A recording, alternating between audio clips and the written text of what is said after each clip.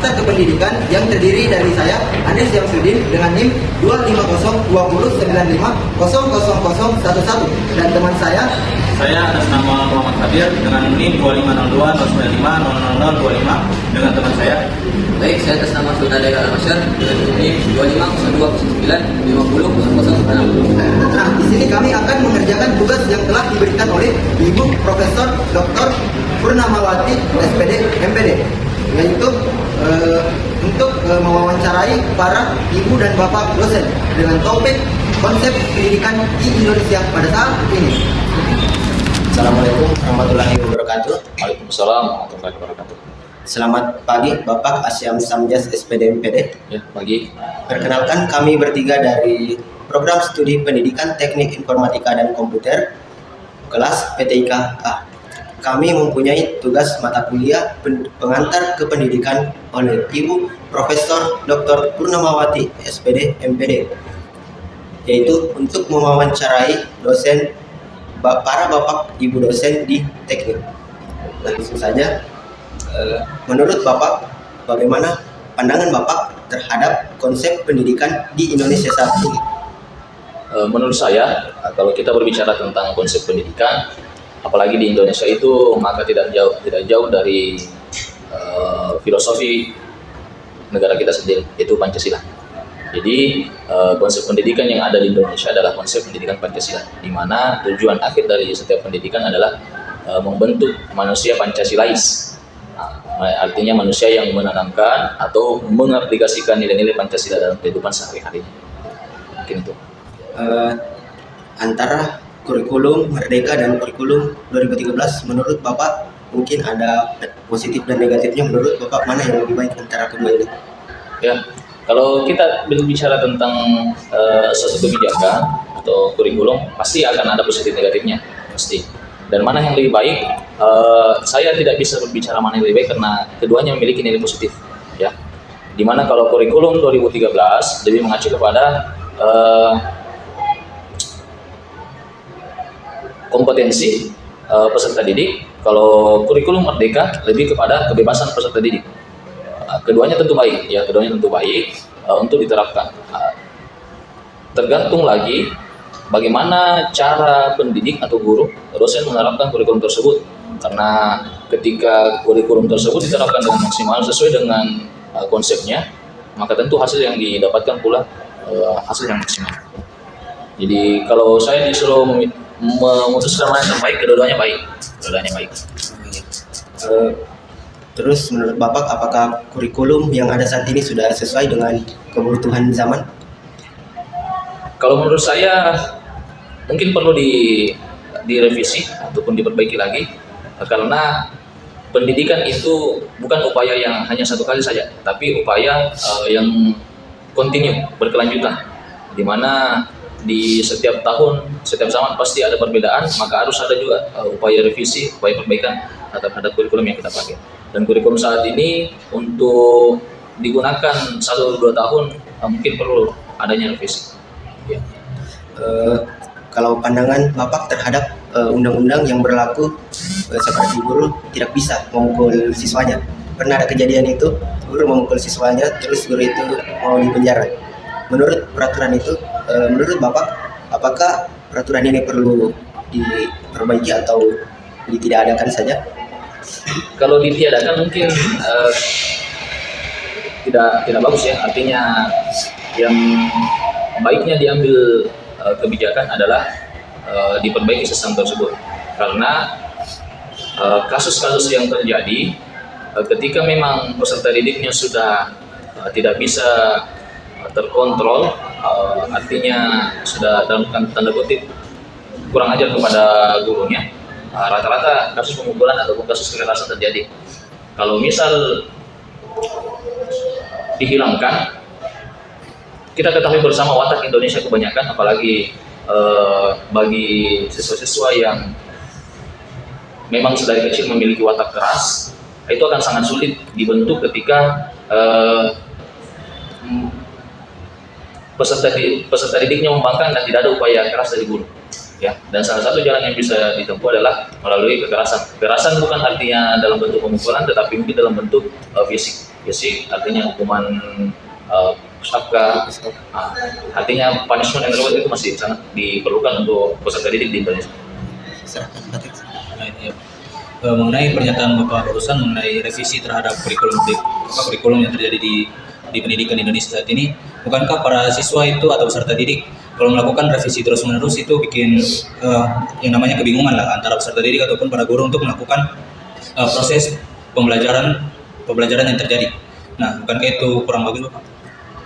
Yang perlu kita garis bawahi dulu, revisi dengan pengganti itu beda, ya. Yang terjadi mungkin dari zaman kalian SD sampai SMA, mungkin itu kalian alami pergantian, bukan revisi. Nah, kalau pergantian berarti dari A sampai Z kurikulum pendidikan diganti. Sedangkan revisi itu aspek-aspek yang kurang atau yang perlu dibenahi itu yang diperbaiki. Jadi tidak mengganti secara keseluruhan. Artinya kalau kita revisi kurikulum sekarang, kita perbaiki atau kita lihat tinjau ulang beberapa aspek yang mana lagi tidak relevan dengan kebutuhan zaman. Itu yang namanya revisi, dan itu tidak akan membuat sejauh yang saya tahu ya, tidak akan membuat peserta didik kebingungan, karena lebih banyak aspek-aspek yang direvisi itu tidak sampai mengubah ritme pembelajaran. Seperti itu. Kemudian Bapak mengenai konsep pendidikan di Indonesia yang saat ini yang terjadi, bagaimana Bapak menggunakan konsep pendidikan yang saat ini untuk mewujudkan para peserta didik ini menjadi peserta yang menjadi yang terbaik lah untuk diri mereka sendiri. Kalau konsep pendidikan yang saya gunakan itu bagaimana membentuk manusia yang seimbang antara kecerdasan intelektualnya, emosionalnya dengan spiritualnya. Itu konsep pendidikan yang saya pakai. Ketika peserta didik hanya fokus pada satu, itu kurang sebagai manusia ya, itu kurang sebagai manusia. Utamanya yang saya tekankan sejauh ini adalah bagaimana spiritual dari mahasiswa tersebut.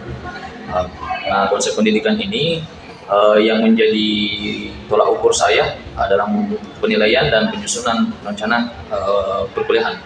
Nah, jadi ketika hasil akhirnya nanti diharapkan adalah mahasiswa tidak hanya cerdas secara intelektual, tetapi emosional dan spiritualnya juga memiliki peningkatan dari sebelumnya. Artinya ketika mahasiswa menjadikan patokan dirinya yang di masa lalu dengan dirinya setelah perkuliahan ada peningkatan, saya rasa itu sudah cukup untuk menjadi bahan evaluasi dari dosen maupun mahasiswa yang bersangkutan. Ini seperti itu. Kemudian Bapak mengenai konsep pendidikan yang Bapak gunakan ini pasti ada yang namanya tantangan. Nah, jadi apa saja tantangan yang Bapak hadapi nanti dari konsep pendidikan Bapak dan bagaimana cara Bapak untuk mengatasi tantangan-tantangan yang akan terjadi? Tantangan sejauh ini adalah bagaimana mengikuti pola pikir mahasiswa, ya. Nah, karena saya berlandaskan dari hadisnya Rasulullah, walaupun ini konteksnya adalah parenting antara anak dengan orang tua dengan anak, tapi saya anggap ini bisa dijadikan rujukan dalam proses pengajaran. Rasulullah katakan, didiklah anakmu sesuai zamannya, karena anakmu tumbuh bukan pada zamanmu. Nah, ini yang menjadi tantangan besar bagi saya.